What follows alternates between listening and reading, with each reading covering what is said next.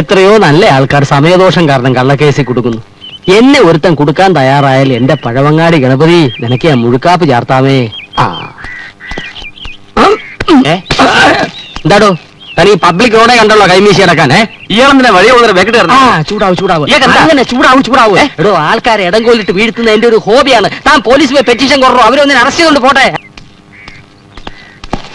ഇത് സയ്യാസാവും.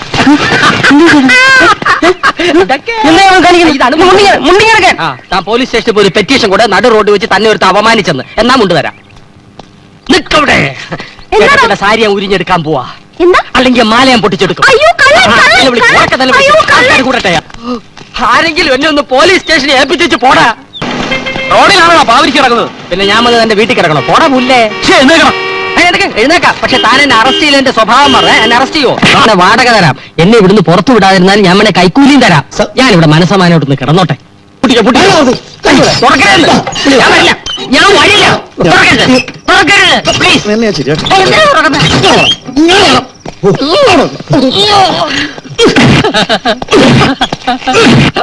ഇടിച്ചോളൂ. എന്തൊക്കെ ആയാലും ഞാൻ ഇവിടുന്ന് പോകുന്ന പ്രശ്നമില്ല.